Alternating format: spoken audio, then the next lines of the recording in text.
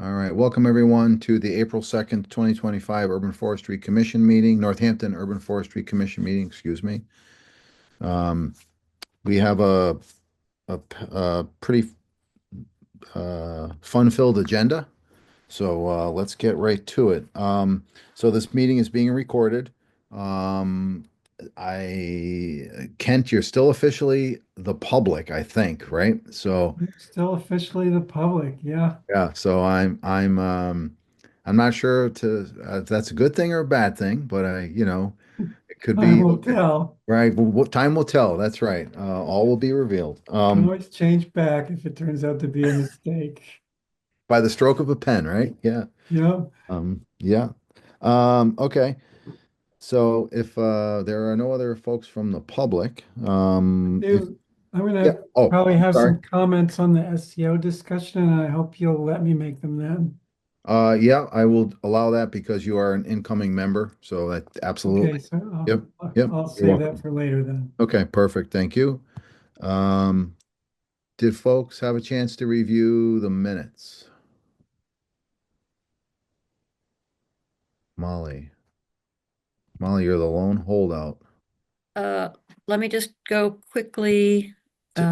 Take your time. And Sue, unfortunately, emailed me yesterday. She's not gonna be able to be here because she has a conflict with her work. So,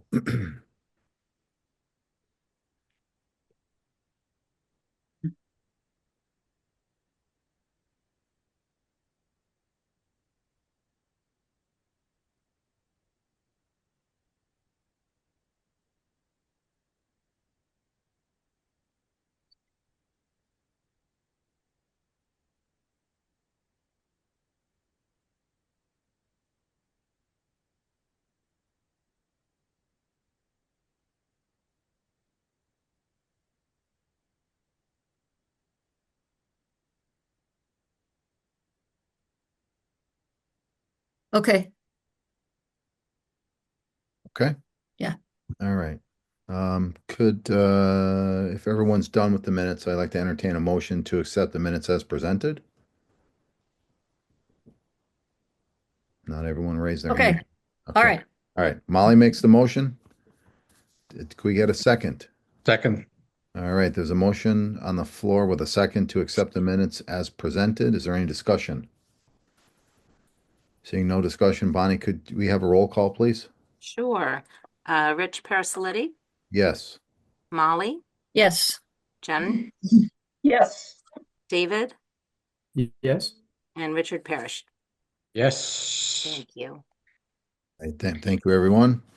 Um, I just make a couple of announcements. So there on this agenda, there's a Scrivener's error. It should actually say spring planting, not fall planting. Mm. That third bullet point from the bottom, third one up from the bottom. So my apology. So if Bonnie could note that, that would be great for the minutes. Um, Tree warden report. So I do not have any public shade tree hearings in the queue. We did finalize our removal contract with Lashko Tree Service, so we are going to be starting to do removals again. This contract is for $100,000 to roughly remove between 90, the quantity is about 95 to 98 trees throughout the city. So they have been typically coming on Wednesdays, twice a month, typically. The contract states that the vendor has to respond within 7 days upon request. So I compile a list of removals that I've actually had in the queue for some time because we did not have a contract for multiple months. And this contract is good for a year, and it has the ability to have two 1-year renewals. So the potential exists to have the same vendor doing removals for us for the next two and a half years. We also have an emergency tree contract, which is not expired. So that vendor is on call in case we have emergencies. In the middle of the night, tree falls in the road, or any other type of tree damage, tree storm, winter storm event, etc. And then we also just finalized and signed, the mayor signed our tree trimming contract, which is with Bartlett Tree, which has been a vendor we've used in the past. So tomorrow I'm actually going to Cardinal Way to meet with Jeff LaCoy, who's the local arborist, to sort of look at the trees that are along Cardinal Way to basically try to pick out the worst trees that actually need the most. Those trees have never been trimmed, with the exception of calls that we have gotten. We did the same thing on Ice Pond Drive. We had them start off with doing one whole street, sort of sorry, not Ice Pond, excuse me, Avis Circle, sort of the same vintage uh, time time frame when they were constructed. Um, I think Cardinal Way was constructed in the early 2000s, maybe, or late 90s. I can't quite remember. Carolyn would know, actually, probably. Um, but they have never had a young tree train, and they're a tad bit unruly.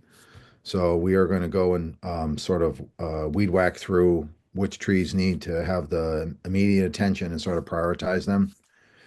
And then there are multiple ash trees on that street that will have to be removed. So we will have to sort of look back at that when we try to put together our plant, maybe our fall planting priorities. If we are so inclined, if we have the ability to plant the trees back in the similar locations. There's all underground utilities there, so um, that might be a little difficult, but I'm sure we can manage. Anyone have any questions? No questions. Okay. So we are Oh, gonna I have, got one, sorry. yes, yep. Where are we at with the Ridgeview Road? Oh, Ridgeview Road, everything has been dig safed. The stumps have been ground and Okay, loamed. So if you wanted to take a ride up there to take a look at the dig safe marks, okay, that's great. ready to be sort of put our focus back on that with some of the plant material we have in the nursery. Yep, okay, great. And I was down in the nursery today and it looked a little empty. It looked a little lonely down there. So, That's uh, not a bad thing, though, really. I no, mean, no, no, over the no, it's winter. not. No, it's not. That was one of my goals. Okay. Well, it served us, it did well, thank you. So we can talk more about the planting in a couple of bullet points. So I don't really have any updates on any other projects there's multiple projects sort of in the queue. They either have come in front of the planning board and planning board has maybe had continued hearings on them. And there's not a resolution, like 3 Elm Street is one of those projects where there's some issues that the planning board asked the applicant to potentially or hopefully resolve questions they had. So that project is not, there's a few significant trees there, but that project is not, the hearing got, the hearing got tabled to another meeting. So I don't really have anything in the queue. The one project that we did have a public shade tree hearing for, which was 39 Day Avenue. That project is moving along slowly. The public shade tree at the end of Glenwood Avenue was removed, and they actually have the foundations poured for the individual units that are in the footprint of that project. So that's moving along. I'm trying to think if there's any other, and there's just, random single family homes being constructed throughout the city under the by right construction building code. So no public shade tree hearings as of yet related to any of those. So any questions? And I probably have 5 other things I want to tell you, but I can't quite remember them all. So if I think about it, we have some time at the end. So Carolyn, if you want to turn your camera on, it'd be great to see you. If There you are. Thank you. Hi, Carolyn. Thanks for Hi. coming. We appreciate you taking the time to come to the commission and sort of have this discussion about the draft changes to the existing SDO. So Carolyn and I talked previously, and what I asked Carolyn was to sort of like take a step back for a second and just walk us through a couple of different things. One is the process of what happens when you create an ordinance change, and particularly one that involves a zoning ordinance, just to refresh at least my memory and others. Um, the other provide some rationale for the changes and why they treat the zoning ordinances differently in relation to the the DBH that's on that chart that we have in the draft ordinance, and sort of do a little discussion about the benefits of development in urban areas and the cost of construction, et cetera. And then we can open it to questions. I did send you the clean draft, Molly. I did find it. I sent it to you. That is the last and final draft that we have that was um, worked on by Carolyn and I back in late December, maybe late, I think mid-December. Um, and I also sent you the existing STO as it exists in the E code, so you could sort of have that for reference as well. So before I yield the floor to Carolyn, does anyone have any questions? Yes, Molly. Okay, I'm unmuted. I'm looking at the drafts I have in front of me. There was a draft in a folder. TPO, is that the same as STO? Yes, 12.3? yeah, the TPO would be the new tree protection ordinance. That is going to be the draft new name of the ordinance. Okay, this is dated 3/31/25. So that looks like the most recent one. Yes, that is the most recent one, and the reason the date has changed is because I changed it was the title was STO. So when I Oh, did a save as, it oh, automatically updated it for that day. okay. So that is the one. Okay? Yeah. All right. All right. Carolyn, thank you for coming, and the floor is yours. Thanks for having me, Rich. And we haven't really made any, I mean, other than maybe changing the title. It's been several months. So I'm hoping I'm using the same one that you and I have gone over. But I'm going to share my screen and just go over the changes to the tree replacement ordinance which is part of the city zoning ordinance. And the tree replacement requirements are triggered currently for projects that are coming through some other kind of board review, zoning board, planning board. If the project under review includes a plan that would remove trees more than 20 inches at DBH. So the proposed changes, there's been a lot of conversation about, some conversation in different circles about the fact that, and I know that you all have talked about wanting to reduce that DBH from 20 inches. So this work for this proposed language is to try to see what would work. So the first part of the change is to clarify and get more specific about what here you see on the screen is chapter 350 11.5 in the zoning ordinance. That would be the submittal requirements that anyone who's applying to the planning board has to submit a whole host of plans and documents, and this paragraph is proposed to be changed to specify exactly that we would need more detail about when trees are that trigger the replacement under the zoning 12.3, what type of analysis has to be presented. It has to be presented by a certified arborist, which currently we require, but specifically adding the tree risk assessment qualifications language, and also indicating that it has to be not just for the area of clearing within the work limit zone, but within 10 feet outside and beyond that work limit, because, you know, we've seen many times that even if a site designer puts a work limit line on a plan, and shows just the trees that are being removed inside that working area. In fact, sometimes there are trees right at the edge of the work limit line that when the contractor comes in and cuts everything inside the work limit line, in fact, it has a huge negative impact to those trees that are on the edge, but they were never identified because they just were looking at the work limit line. So that's what this paragraph is really about. Then we get to section 12.3, which really talks about tree replacement and protection. And so adding that term protection, because it really has been sort of an iterative process to get the applicants to show the detail of protection in the way that makes sense on the plans that are submitted before the zoning board or the planning board. So the first paragraph is really about reiterating the intent of the ordinance and the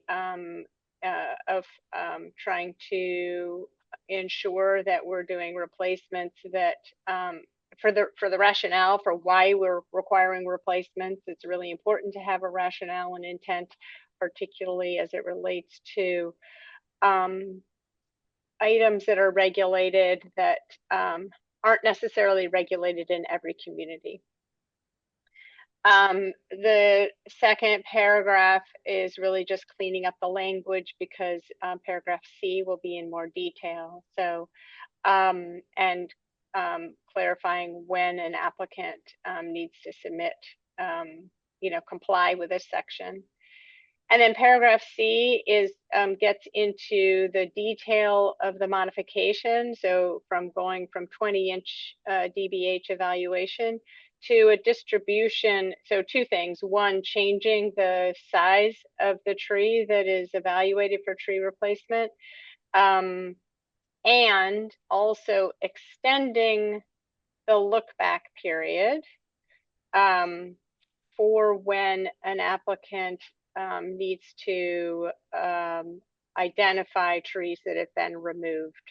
So the way it's set up now is if you buy a piece of property and you immediately have a plan for development and you come into the planning board, but the previous owner did some tree clearing on the property within the last 12 months, that new owner and applicant would need to identify those trees that were removed even before that applicant purchased the property. Sometimes it's the same person, but anyway, we refer to that as a 12-month look back. This paragraph expands it to an 18-month look back.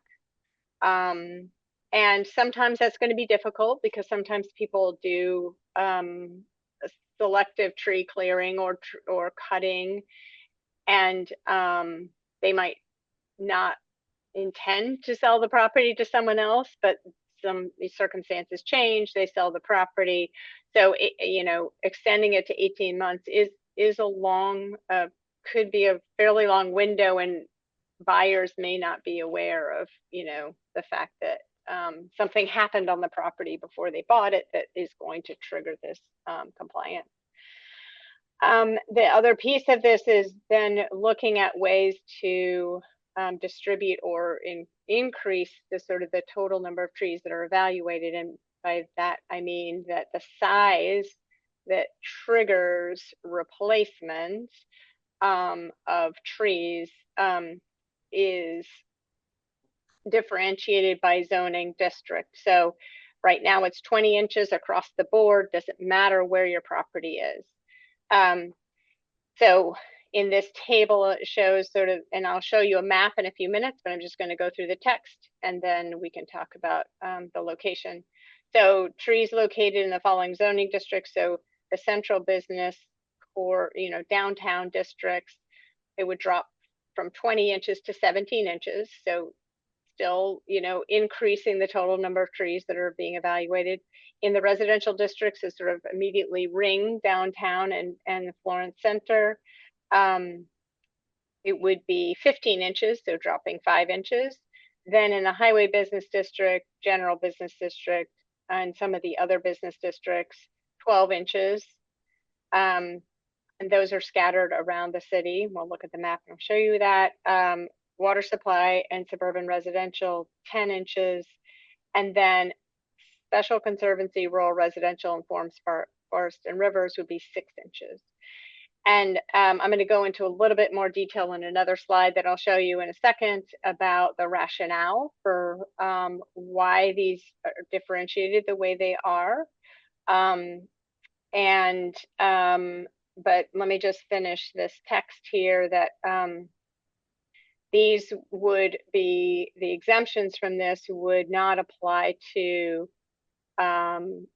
properties or trees on property.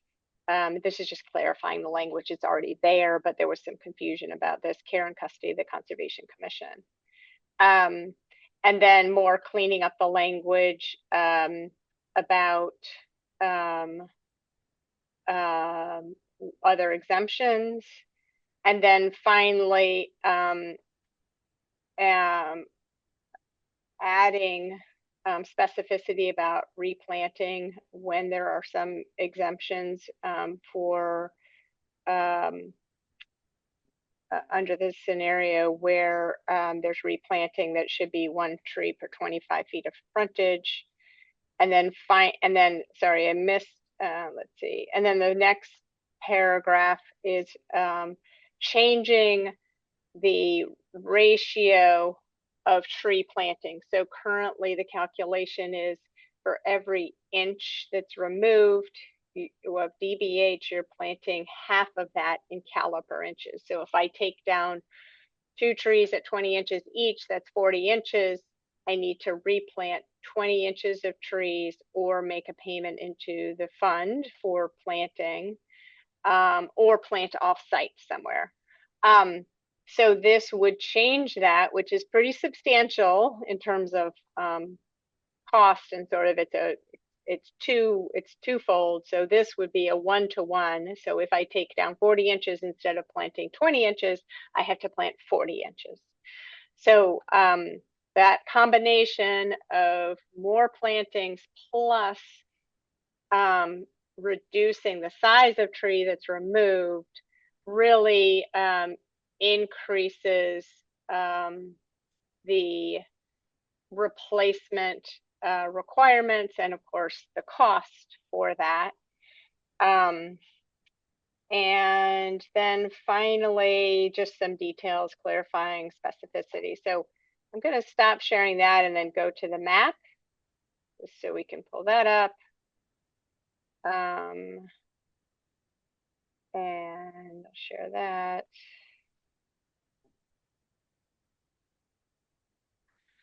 So here's the map that shows, so I'll go through this, and the legend is on the right with the inches. So this bright light blue area is the Special Conservancy District, and farms, forests, and rivers, which are mostly protected lands, permanently protected lands. So that in those areas, this is the floodplain of the Connecticut River. So the size of tree removal is 6 inches. Then in these areas that are referred to as sort of suburban residential and rural residential, this hot pink would be 10 inches. A lot of that is our, already built out subdivisions, sort of in the outer suburban areas where we're not really trying to encourage a lot of development because it's so far from, it's not very accessible from other modes except for by car. And there's a lot, it's at lower density. And so there's a much larger carbon footprint for building in those areas that are away from services and not very accessible, and where we're trying to direct new development is on existing infrastructure accessible by more than just single occupant vehicle. And so as we move up, as you get into more the closer of the sort of core urban areas, the darker blue is 13 inches. That represents really the urban residential B and C and A zones. So Florence Center is here with this bright red here. And then actually I'll go back and say, so these red areas, this is the Highway Business District and Industrial District. This is Florence Center with red, but surrounding that is the blue of urban residential B around Florence Center, and then up here in Leeds. And then moving to sort of downtown is this bright green area where we have proposing 17 inches. And so I wanted to, whoops, I got to zoom out a little bit. I wanted to sort of talk about the rationale for those variations. So this is the map of sort of resilient forests and lands that are important for climate protection. And it shows forest cover in the region. So it's really, I mean, you can see Hartford here, Waterbury, Springfield. So just pulling back a little bit and looking at the important services and impacts and benefits of forested areas, you can see this is map shows those sort of areas that are really important for climate resilience. I'm going to zoom in. I have a zoom in of it so we can see where Northampton fits in that. So you can see that this area in here is on the west, on the sort of in those water supply protection districts where we have 6 inches of tree removal trigger. So the more stringent standard in the zoning would apply to these areas, because that's really where we get this, where it's really important to protect the existing forested area for overall community climate resilience. And so that's why we wanted to differentiate. That's one of the reasons we wanted to differentiate by zone. Just move down here. And so I also wanted to talk a little bit about the piece about encouraging or sort of not creating such a barrier to development in the urban areas and along the urban core and commercial cores. Sort of going back and looking at this map up here,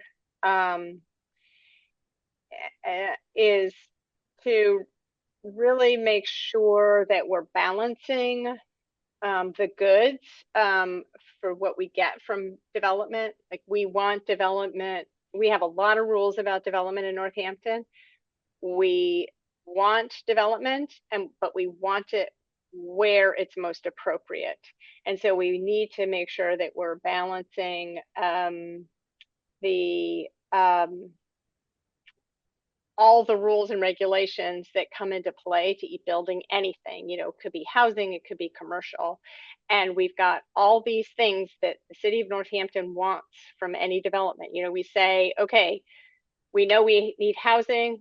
We have a housing crisis. We're part of this bigger picture of housing needs and housing demands. We also need to be a dynamic city that evolves and allows for new types of commercial or office space or uses. And so we want to direct that growth where it makes sense from a climate perspective. And we have these rules about it. And not every community has rules about how people develop, or they don't have as many rules.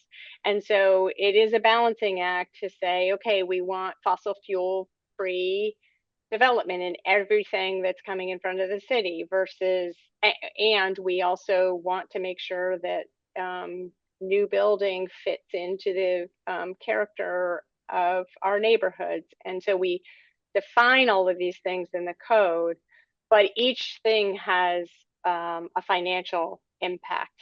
And we already know that we're sort of at a standstill now with housing development because the cost of housing is so high and the interest rates continue to be high that even if people are building or wanting to build, they can't really make the numbers work because the return on those just is very small. And so every time we add a regulation that has a financial impact, that makes that possibility, diminish. So when we also, so besides just the cost of housing, we also want to be, and other commercial development, we also want to make sure that we're developing in places that make sense from a carbon footprint. And we know from analysis that building farther out and requiring people to drive everywhere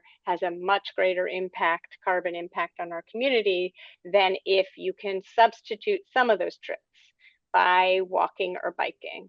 And so we're not saying that, by building in the urban core that everyone's going to give up their cars. That's not at all what this is about, but it's about comparing what does it mean if we're saying we're pushing people to the fringes by having such difficult regulations in certain areas versus others, and frankly, focusing more on protecting tree canopy in the areas where we have big forested areas that we don't want clear cut, says something from a policy perspective that we don't want a lot of development in this area, and we're going to put regulations to say, here's the problem with developing in these areas. Not only does it require you to drive everywhere, which exacerbates our community carbon footprint, but it also means we're cutting trees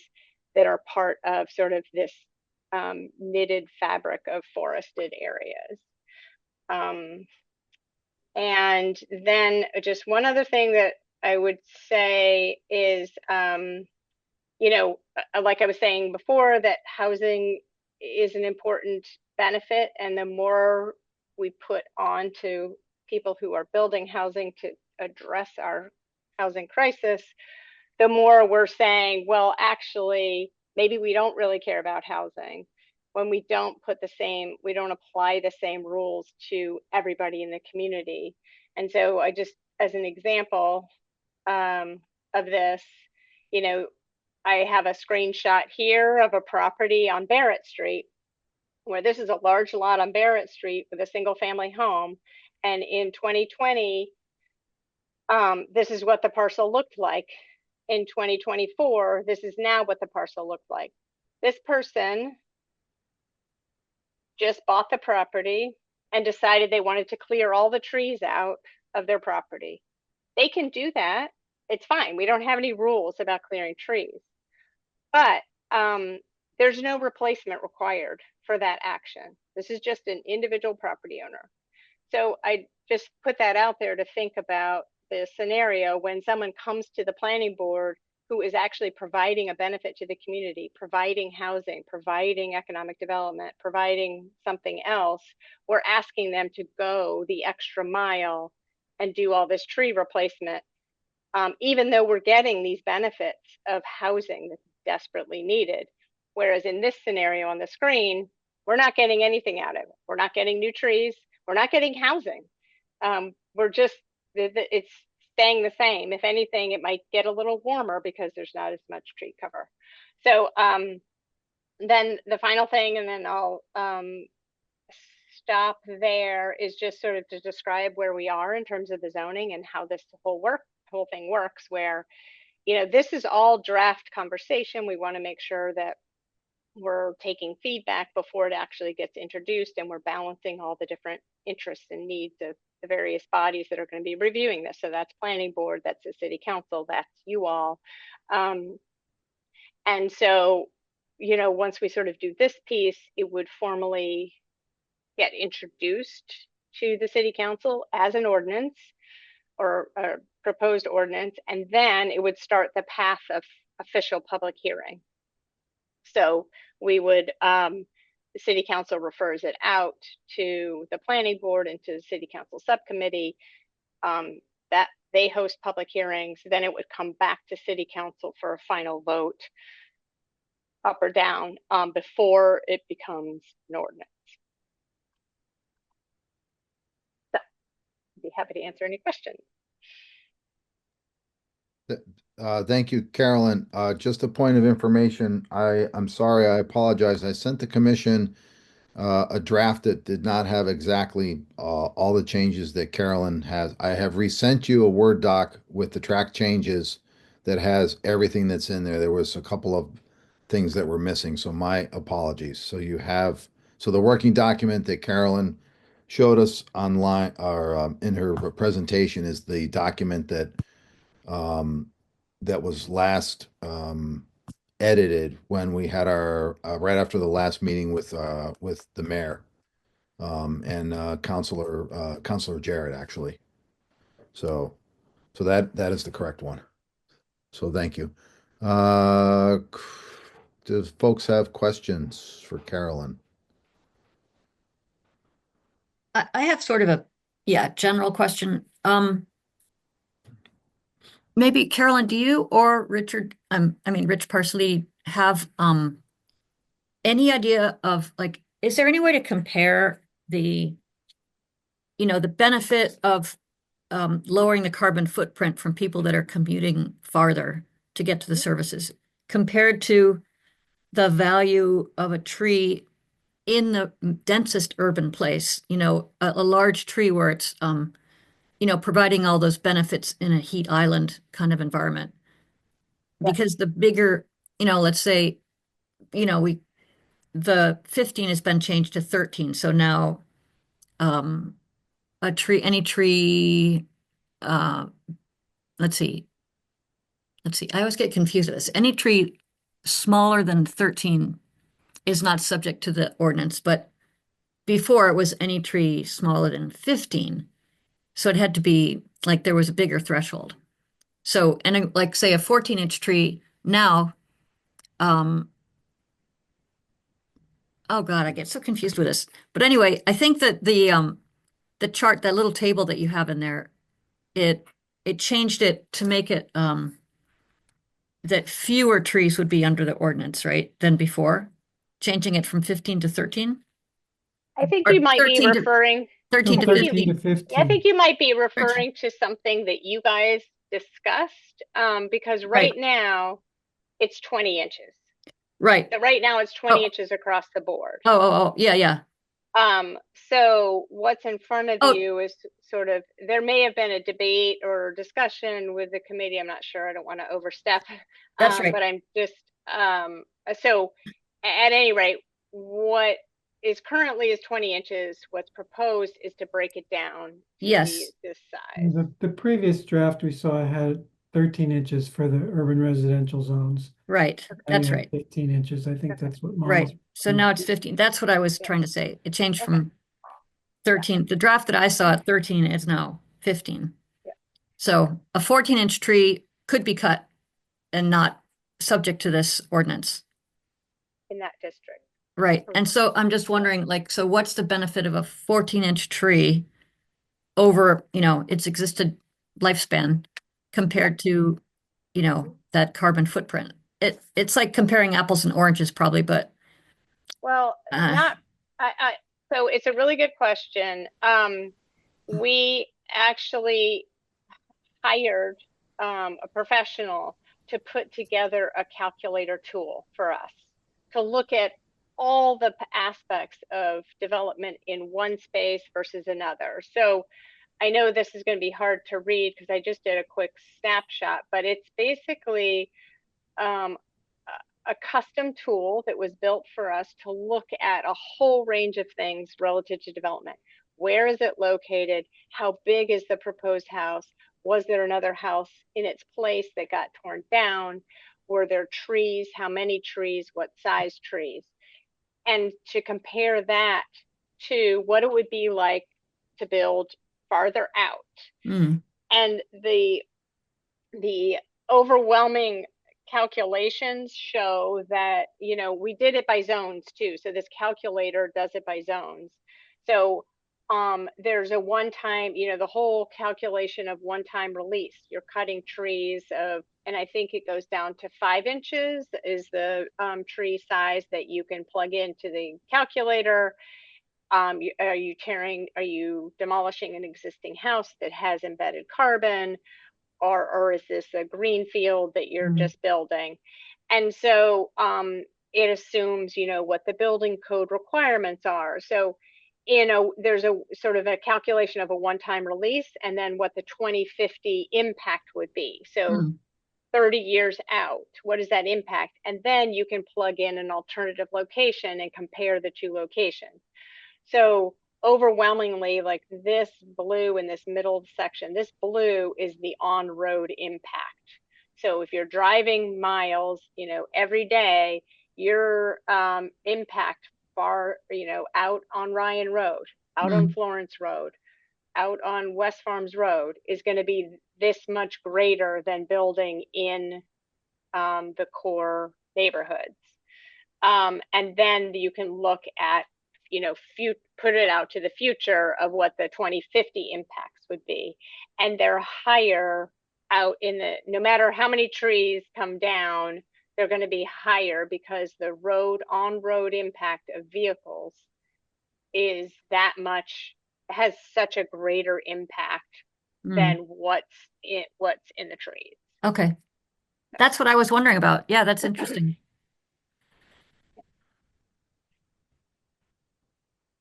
Other questions?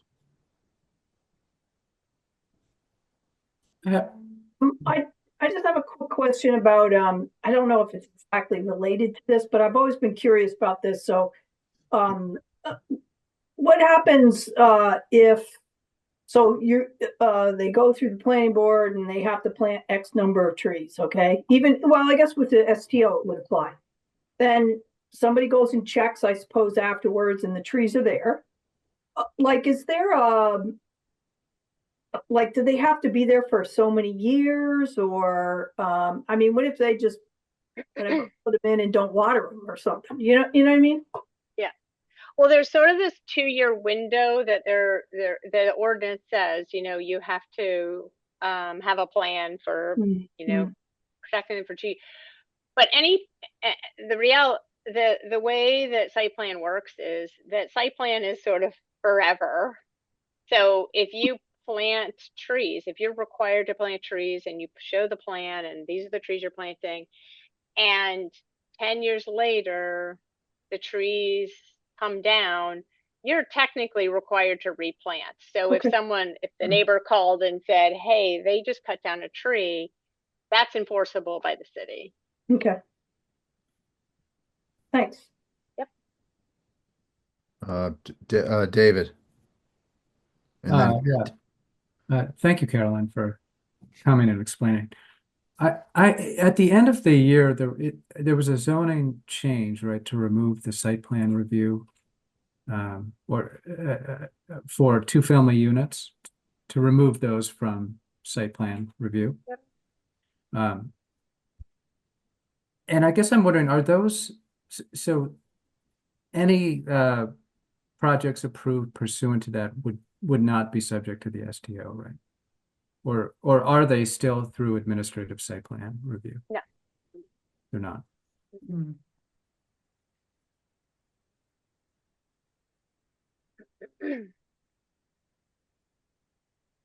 So it's just going to be larger projects over 2,000 square feet.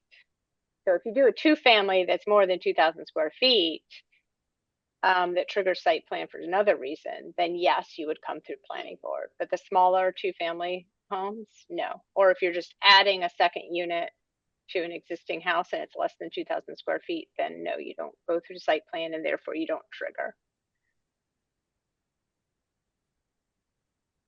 Did that answer your question, David? Yeah, it does. It does. I might have follow-ups, but I'll let Ken Okay. Carolyn, Kent, could you show us your map with the different zones again, please? Sure.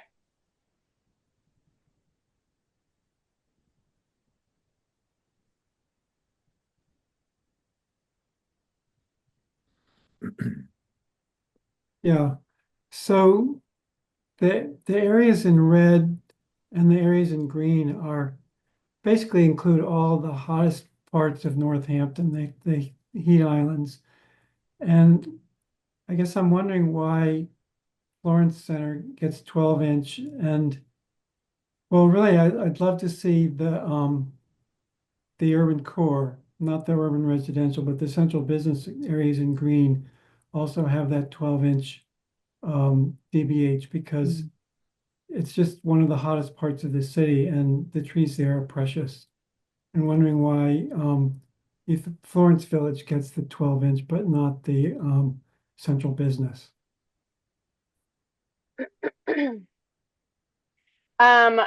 it's sort of this balancing, but we're not looking at necessarily. So what's interesting is I don't know if all the red areas are the hottest in the city. You know, the other piece is, so this is the hospital, state hospital area, and it's surrounded by permanently protected land, which is in the light blue, which is significantly forested. But back to sort of the question about the size of the tree. So uh, um, I think that in terms of so mostly I guess the threshold was for the districts that, so especially in the highway business districts and some of the other commercial districts, when there's been development and parking lots have, you know, for decades the planning board has required parking lots to have trees in them, and they don't you know, there have been many occasions where applicants have come forward 10, 12 years later and they want to redo the whole site and cut down the trees. So those trees are typically smaller, but we want to discourage sort of the the recycling of a site that then just, you know, after every 10 years, someone else comes in and cuts all the trees. So that was one piece. I think for Central Business District, you're right. There, I mean, like it's the urban core, but many of those trees are already public shade trees in the Central Business District, and so we also, it's sort of, we want to make sure we're encouraging development in central business, and you know, I think more the question would be, we might want to look at Florence Center and increase, you know, pull that out of and make it similar to central business, sort of the other way around, because that's where we really want to encourage development and not create another expensive barrier. Because again, the trees are, we do have to replant the trees. And this is, you know, part of saying, we want you to tabulate what's coming down and do replacement. Whereas in other locations, people, you know, they don't have to do anything if they want to cut their trees and they're not coming for planning board. You know, they want to build a swimming pool, they can cut their trees down and there's no ramifications for that.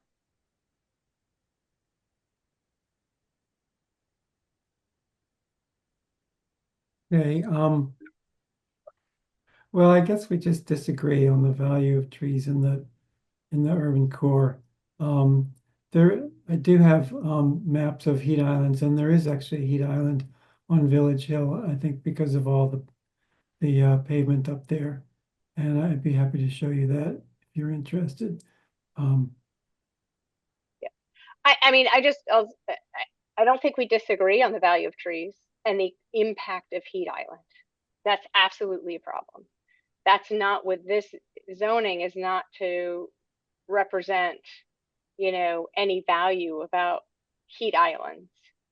It's really about where we want to, um, you know, balance those costs for people and where we're trying to direct development.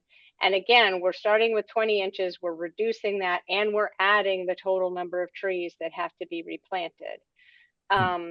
And so all of this has a huge impact on costs, and we're requiring any applicant that comes to the planning board anyway has to plant trees.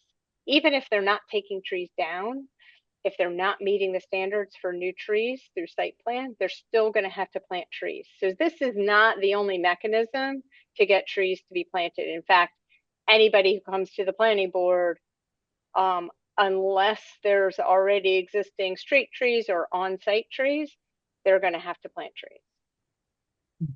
Okay, thank you. And we should be looking strategically at those heat islands to be planting new trees. I totally agree, but I would separate that analysis and conversation from sort of this ordinance that triggers certain, actions by applicants. Where would that conversation take place? About planting But- trees. I mean, Yeah. yeah, I mean, we have in I mean, our plans identify that we need to look strategically at where we plant trees to encourage, for example, to make sure that we're planting where it might encourage or induce people to walk because they're more comfortable because it's cooler when they're walking in the shade instead of hopping in their cars. So, and we do have, the benefit is that we do have funds to do that based on what has been collected from people who couldn't plant all the trees on their property in compliance with the ordinance. But it basically comes down to a capacity issue. We have to develop the plan, order the trees, someone has to plant, we have to hire people to plant them. And of course, make sure that it's not in conflict with, other projects that are going on in the city and so forth. So, but that's part of one of the goals and objectives of our plan. It's actually very difficult to find tree planting sites in the downtown area. Yeah. I mean, that's something that this committee works on, and there's not a lot of sites in the public right of way that are available for planting trees. So that's why I think preserving the existing trees that are not in the right of way is really important.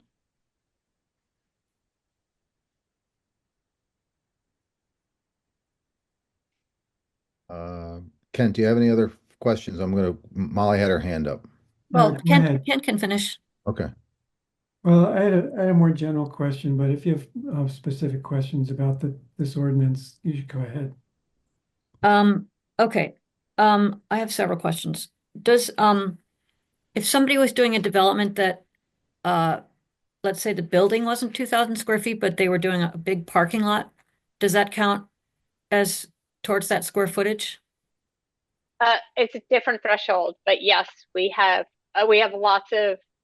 several thresholds that trigger review under planning board jurisdiction. One of them Okay. is expanding a parking lot of more than 6 spaces Oh, would trigger planning board review. okay. Let's see. All right, so public shade trees, when it says they're not part of this ordinance, that means they're protected, right? Not that they're not protected. They fall under a different jurisdiction. So Rich can tell you Yeah. about the details of the MGL They- we have to distinguish between what's private property and what's public property in this Okay. zoning. Do setback trees count as public shade trees, Rich? They do, They okay, do. Setback trees that we have actual agreements that have been filed with the registry of deeds according to our city solicitor are protected public shade trees. Yes. okay. And my last question is, I'm just wondering, like, how much of a disincentive is it really? Like, if somebody just wanted to build this thing and there's this tree that they're just going to cut because it's in the way, they have to they have to plant these replacement trees. But, how much does that really cost? And, is that really going to be a disincentive to grow to not build in the places that you don't want them to build? I mean, how much is it going to cost to replace um, let's say 14, if you have to buy 14 1-inch trees to replace a 14-inch tree, how much is that? Well, if you don't have, we prefer to have planting on site, replacement on site. So you could do a combination, but currently the number we're giving people is $100 an inch for replacement. So they would just have to pay $1,400, which is, it seems to me that that's like a drop in a bucket for a developer, for the total cost of the development. What do other people think about that? I don't know. It doesn't seem like it would really be a disincentive. Every cost adds up. It's not the $1,400. It's the $1,400 plus the all electric, fossil fuel free energy systems. It's the building to the stretch code. It's the design standards that we require that are additional to just pulling some random box unit off the internet to build. So it all adds up, and even now we have people who are either avoiding development or seriously thinking about how they build under the 20 inches, the existing ordinance and half the caliper. So I would say, and then the other thing is, if this is a two-family that's over 2,000 square feet, you know, and a homeowner is, has just enough money from the bank loan to be able to build this unit, $1,400 makes a difference. And it certainly makes a difference to affordable housing developers. And so I think, as we sort of push down and create more stringent standards for the size that triggers, as well as the total replacement, 1-for-1, that's not going to be just one 14-inch tree. In the outlying areas, for sure, I think it's going to make a huge difference. The 6 inches, that could be a lot of trees that will have to be compensated. Yeah. Any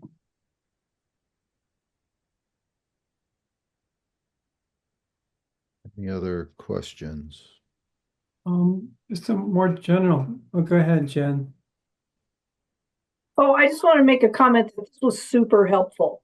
Like the maps you showed us, and I didn't know anything about how the consultants were hired to figure out exactly the impact of driving versus. So I really appreciate you coming to the meeting. It's been like really given me a much more expanded view outside of what we're doing. So I appreciate that.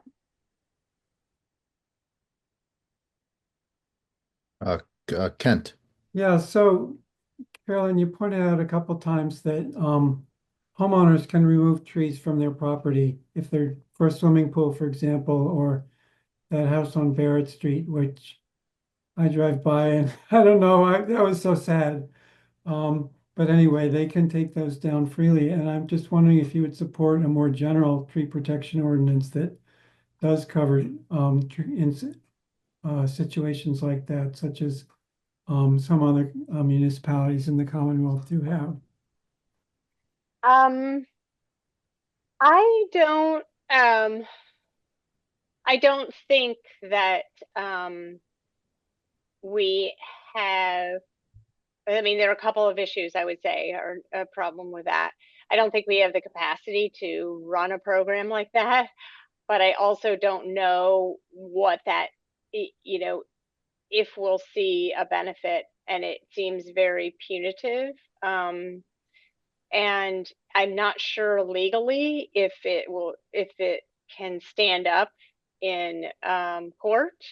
Um, but I I also would think that it would be very costly for the city to run something like that, in addition to costly to every resident in the community.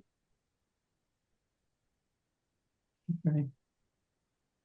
One thing I do want to, and sort of following up on Carolyn's point, is the removal of trees around single family homes that are, covered by right construction, sort of like on Barrett Street. I had a conversation with a resident recently who lives on for Vernon Street, and at the end of Vernon Street there are two extremely large sycamore trees. You may have seen them. There was one that's a municipal city tree. There's one that's a private tree. The gentleman who and his partner that owned the private tree fully on private property had their homeowners insurance canceled because of the size of the tree, the location of the tree, and the fact that there are very large, overhanging branches. This tree is massive. So it's it's something that's happening more and more in the Commonwealth because of my connections with Mass tree wardens and foresters. This has been a dialogue that we've had. We fielded a lot of questions about residents that are trying to renew their homeowners policy that are getting a huge pushback from their insurer. Um, and so this gentleman's tree, he's not cutting the tree down. He's not cutting the limbs off the tree. He is at the moment deciding that he is not going to have any homeowners insurance, which is pretty Well, amazing. But I think there's other pressures out there that we may or may not be aware of on on existing by right properties where people have the right to go and remove their trees as they see fit. So I think this is definitely an interesting concept, an interesting conversation, but I don't necessarily, I don't know how one would handle that if all of a sudden we had an ordinance that now, and this is something that's relatively new. This was not a thing that I can remember 5 years ago, 6 years ago. This is like the last 2 years. It may be in relation to all of the different weather-related disasters we're having around the country, where insurers are becoming increasingly more, they're focusing on things that are create a high level of risk for them. I don't know the answer to that question, but I think you'd have to sort of like really zoom out and take a really big look at that all and see how that would impact everyone. Um, we're also blessed with, I think the number is about 48% canopy that covers the city overall, and it might be off by a couple of digits, but um, so we're fortunate there as well. Um, And I do believe that Carolyn, correct me if I'm wrong, but the new building permits, we are collecting data, or the building inspector's collecting data on trees removed for by right construction, for new construction, that is, I think. I think so. I have to check to see if they've done the form, but Okay, yes, we did have a conversation about that. okay, all right. Yeah. So it would be interesting to have that, again, that data would be important because then we could actually better understand the amount of trees that are being removed for the smart development, which is sort of a separate conversation from it's sort of parallel with the STO, but they're sort of on two separate tracks, but it would be interesting to have that data so we could have a more informed conversation. Any any other questions, thoughts? Molly? I'm sorry, I have so many questions, but this is just one little detail. Um, One of the exceptions, it mentions a project that results in permanently protected open space. And I'm just wondering, would it make sense to have a minimum acreage on that or percent of the project size or something like that? I mean, what qualifies as, is there a minimum size for what qualifies as open space? No, and I think it's purposeful because we can't imagine all the different pieces of property that are permanently protected. I mean, the idea is that if it's permanently protected open space, there's not going to be, that's protected from tree clearing, right, in the future, essentially. And that's a benefit to the city. So it's like the reason why you have that category of exemptions is that that project is providing something above and beyond just the benefit of housing, let's say. But there's open space or it's affordable housing. Um, there is also one other piece of the ordinance that I didn't highlight, but it's in that draft is that there's more of a incentive for housing that's compact housing and attached.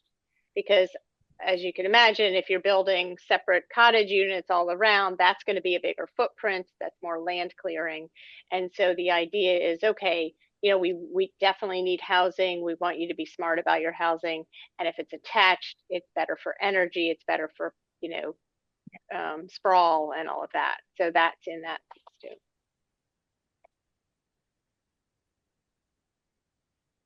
Thank you very much.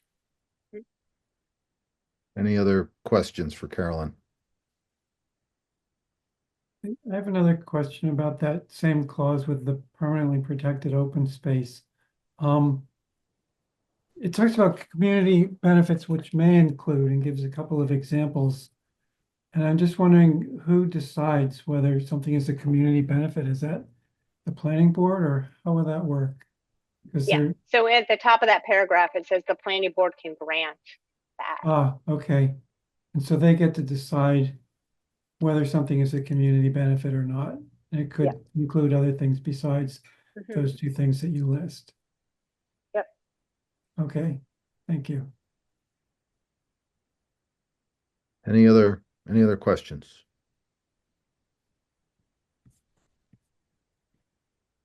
Carolyn, thank you. Thank you very much.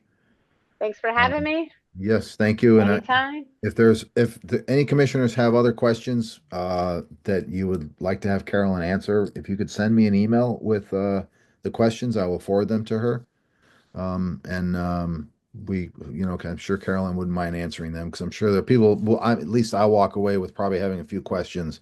I have the ability to call Carolyn on the phone very easily, but if you want to send me an email, that would be Only if I helpful. answer. Oh, very true. Only if you answer. Very true. So it's caller ID can be a good thing or a bad thing. Thank you again for taking the Okay. time to meet with us. We appreciate it. And if we have follow-up questions, we'll be in touch. Okay. Thanks. Thank you. Have a good Yep. evening. Thank Bye. you. Yep. Bye-bye. So how does the commission, well, how would the commission like to proceed? I will ask you the question. And you don't necessarily all have to you don't have to answer it, but I didn't know if you wanted to take some time to review the PNS draft 9/16/24, which is the correct one. Yes, Jen, sorry. I think this is possible, but is it possible that Sue can listen to the recording Sure. of this? Yep. Okay. Yep. All right. Because I think, I just think that would be important. Bonnie, could you just make a note when the recording drops down? Could you send the recording in an email to us all? I think actually it'd be helpful. Maybe we could watch it again if you have questions or but and we'll forward it to Sue. We'll get it from there. And, I don't know if we have time for this because there's other stuff on the agenda. Maybe I could just send you my question, Rich, in an email. Sure. And I don't know if you could answer it to everyone or you just have to answer to me. I probably could. Let me see what the question is, and I'll figure that out. But Okay. Because it's just a question with an answer, not a decision or discussion or anything. well, we're here. You might as well All right, ask. all right. So on that part about where the board may grant a special permit, it has to meet number 1 and number 2. so that number one is trees are removed to create net zero buildings. And under that number one, in addition to the net zero buildings, it looks like it also has to have one or more community benefits. The Yes, affordable housing, the protected open space, right? It's not yes, just like that they can grant a special permit if they have protected open space. yes. It has That's to be alongside the net zero energy buildings. correct. Okay, and the net Correct. zero energy buildings alone are not enough. They have to also have one of these other two, the Cor A or B cor underneath there. correct. Okay. And then they also, on top of that, they also have to do number two, trees are replanted along the frontage. Yes. Okay, Yep. all right. And sometimes, and I'll be honest, sometimes that works and sometimes it doesn't. It depends upon the orientation of the house, Hmm, the solar panels. Because right. most of the, for example, if they have solar panels, right? Ran into this issue over on Birchbit Road where we ended up having to plant in another location on the property overstory trees, but in front of the buildings. Jen, correct me if I'm wrong. We had to do underwire plantings. Plus, there were overhead wire issue there as well, so that was also another problem. But Hmm, um, I mean, overall, I think the ordinance is much tighter and stronger than the existing ordinance that we right. have. I agree with I think everyone agrees that our most vulnerable areas in the city are our core business areas, our core districts, and encouraging the smart development in those areas is important to sort of meet that net carbon zero goal that the city has, and I struggle with that because I see that the benefit of trees. A tree that's 17 inches or so was start of like just in its stride, right? It's in its stride. It's going to be carbon neutral. This is why it was nice to hear Carolyn say that the that lowering the threshold in those other districts and the red districts on our map were to sort of prevent the flip of parking lot trees and other trees that were in previous planning projects that had been granted a special permit or a site plan approval. Um, and I I like the ordinance the way it's written. Could it be stronger? Yes, it could be stronger. What kind of effect would that have? Um, I don't know.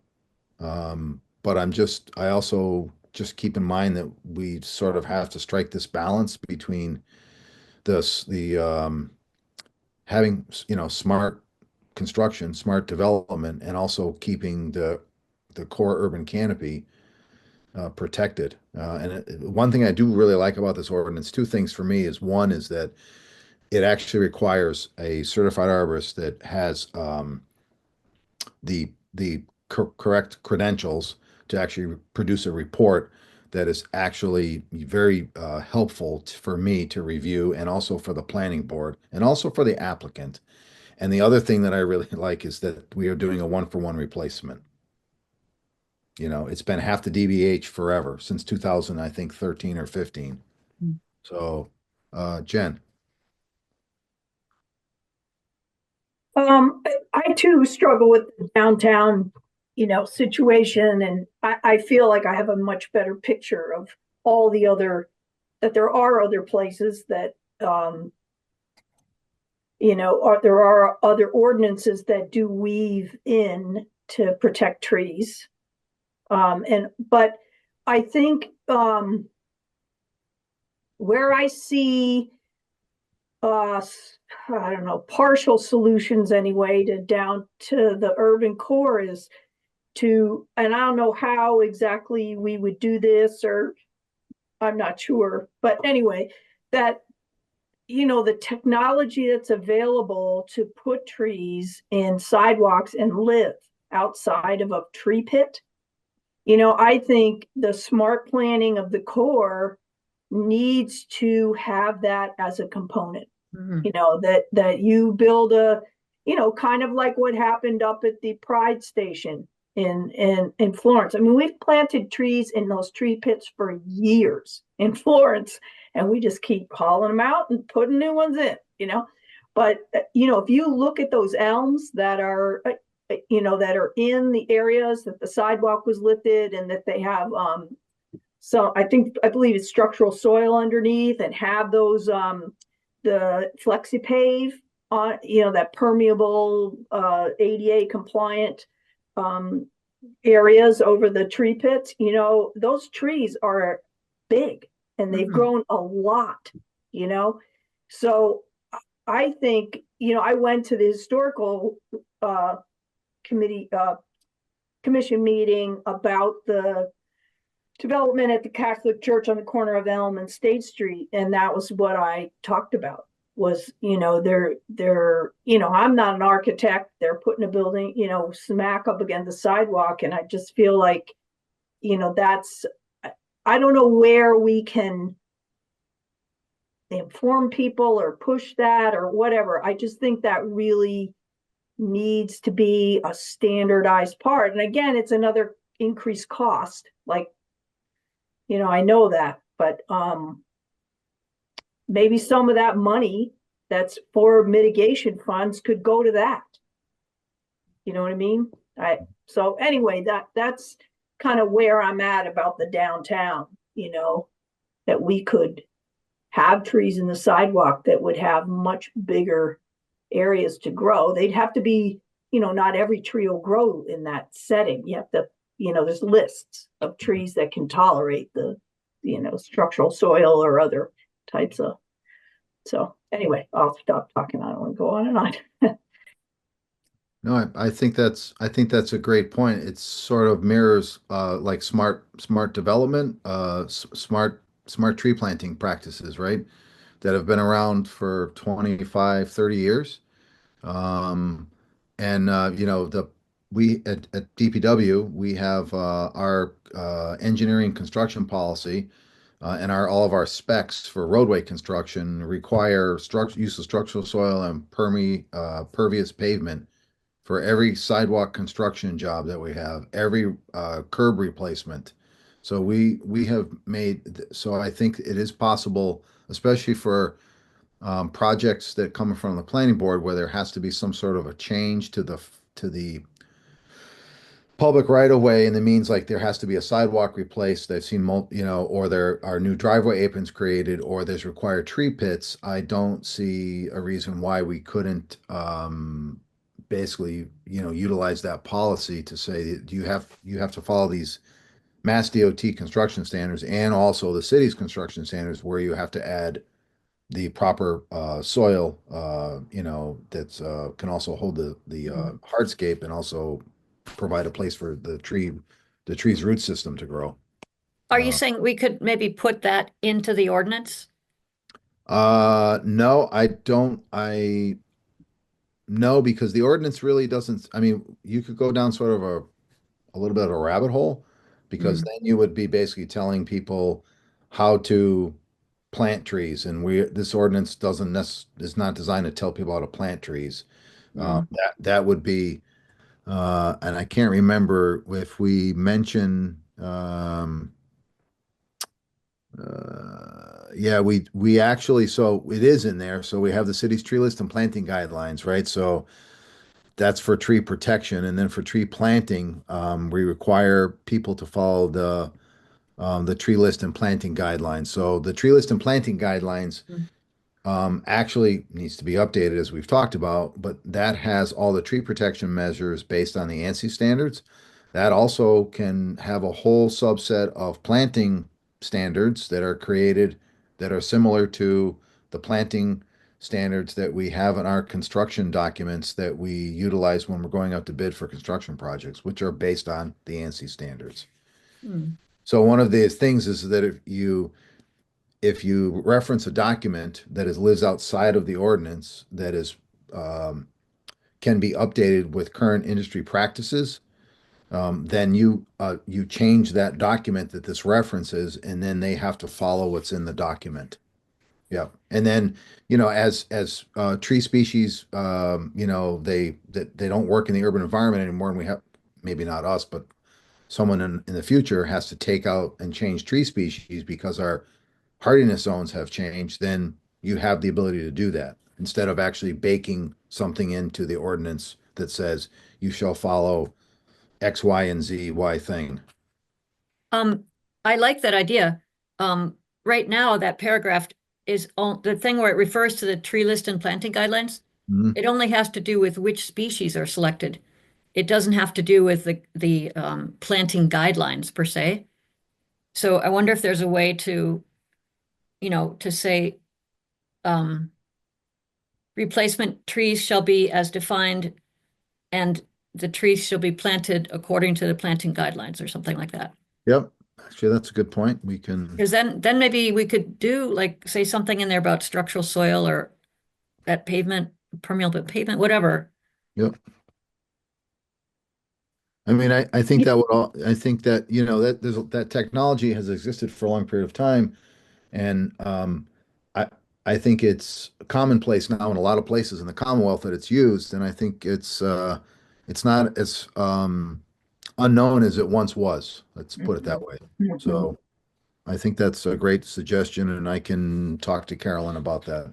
Yeah, Yeah. it doesn't seem like that would get very much pushback because it's like you must use, like you said, refer to this other document that's a live document that's going to be updated. And yeah, I was on Woodbine, I think yesterday, and so many of our streets, had to have a new. I think they probably took down a house and built a couple houses down there, but or maybe they just renovated, but very nice houses. And there used to be these massive trees that were starting to fail, but you know, the tree belts are, they're okay, but they're not that wide. You're never going to get a tree that's that big. But if there could just be, tree belt and two sidewalk blocks with access to the front yard, that's a Yep. game changer. That's a Yep. game changer. And there's a lot of data to, through Cornell and other places that show that the trees will just use that as a tunnel and then access that whole green space, wherever that is. So, Yep, I think that's a great suggestion, and I'll try to work with her to create a change in the language to reflect that. Also, it doesn't say if they choose to pay money instead of planting replacement trees, it doesn't say in this ordinance how much they would be paying. Is that somewhere else? No, yes, that's in a plan, that's kept in the planning office. That can, if it's actually, it's easier to have it adjusted or increased. If it's in the ordinance, then we have to keep going back over and over again to adjust it. Um, any other questions, comments? As for where we should go with this, Yes. I think, well, obviously Sue needs to read about it. She needs to be informed all about it. Okay. But I would be ready to vote on it at the next meeting. As a straw poll, I'll tell you that I would be ready to vote in favor of it because, although there's things I don't like about the overall concept, I think it's better than not having one at all. And I don't think we're really going to get anything better out of it, really. Yeah, Rich, Yes. we are an advisory group, right? We have no say in if the ordinance goes or does not go or exactly what's in it. So we can only advise. So perhaps at the next meeting, we could just take a vote amongst us as to do we support it as is or not? Do we have any particular inclusions to which we would want them to consider? And then let them do what they will. But again, just because of the myriad of issues that were mentioned today, I would support the ordinance as it is written now. Okay, thank you. And I think the way that the ordinance would probably be introduced to council upon recommendation of the mayor, and any other councilors that wanted to endorse it in the Urban Forestry Commission. So So in essence, we serve at the pleasure of the mayor, and we are the advisory group that advises the mayor on matters of the city's tree canopy. So even though we don't have any statutory, I'm sorry, I shouldn't, not statutory, we don't have any legislative power. We are advisory, but the mayor takes this into consideration very seriously, and this was the result of multiple meetings with the mayor and Carolyn and Councilor Jarrett. Um, if everyone is okay, I think what I'd like to do is I will work with Carolyn to sort of look at that language that we just talked about following the tree list and planting guidelines for selection and also planting practices, however we word that. And then Sue will have a chance to watch the meeting. And then if you have any other questions in between then you want to forward them to me, I'll get them to Carolyn. And then we can have this on the agenda for the next meeting to take a vote. Kent, do you know if you're going to be sworn in by then, do you think? I doubt it. I've Okay. yet to hear from Councilor Rothenberg for an interview, Okay. and I think it Oh. probably needs to go back to the City Services Committee for an actual vote there, and then back to City Council Okay. for a final vote. That's Okay. my understanding of the process. I never had to have an interview. Well, okay, that's how they're doing it with me. I think that's the procedure now. You're special. I did, so. You did. Oh, Maybe how long have you been on, Molly? Maybe the procedure's changed. I've been on a pretty long time. Yep. Yeah. They want to be sure that people are better vetted now.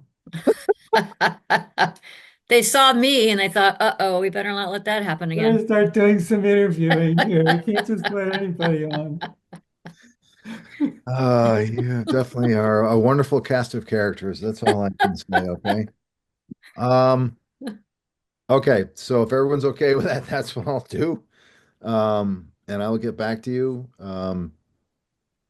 As far as our next agenda item, which is the spring planting, I just want to say that we are on track to still plant the 12th. I am got to reach out to the nursery to make sure to get a definite positive delivery date.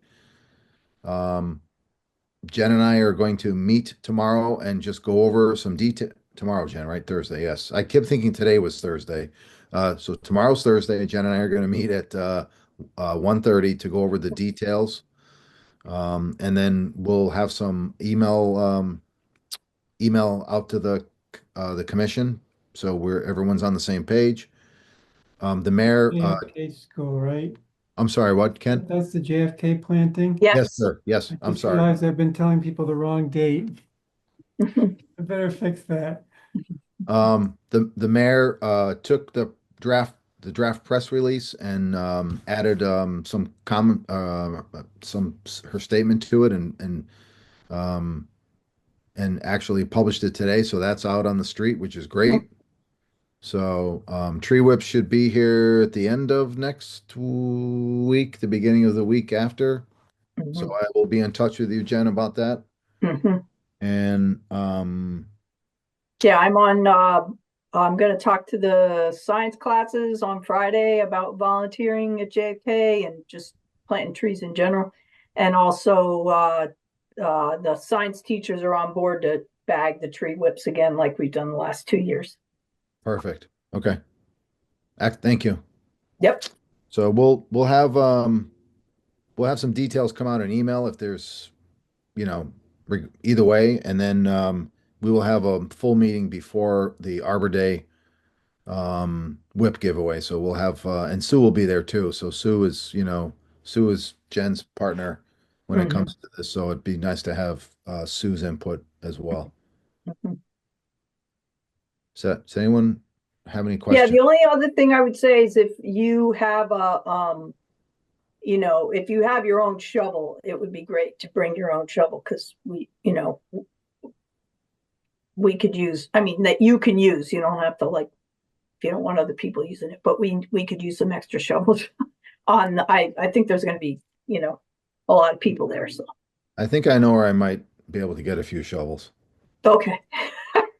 You do you? Yeah, Uh, just one or two. Okay. Um, Because I think we have about 15 or 17, something like that, okay, great. so. Okay, before we go, does anyone have any questions about that quickly? And is there anything that, any announcements of any kind before we adjourn?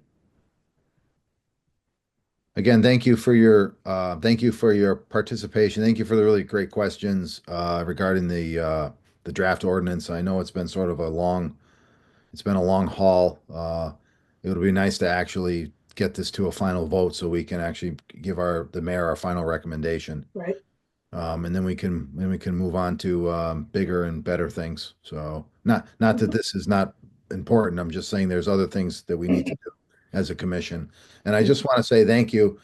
I really enjoy, working with all of you, and I enjoy being the chair of this commission. We do a lot of wonderful things together, and people notice, the work that everyone, this commission, the volunteers, other city staff have, put together for the last 10 to 12 years. So thank you. Thank you. Yeah, but no, thank you. I don't have a firm date for Tree City USA, but we did get our Tree City USA award, was approved, and our seventh growth award, or maybe our eighth growth award. I'll have to look at the email. Hmm. So, but thank you very much. And, I will take a motion to adjourn the meeting. Don't all you raise your, I'll, I, oh, go I ahead. move we adjourn. I'll second that. okay, there's motion on the floor. There's a second. All in favor? Any abstain? No. Thank you very much. Bonnie, thank you as always for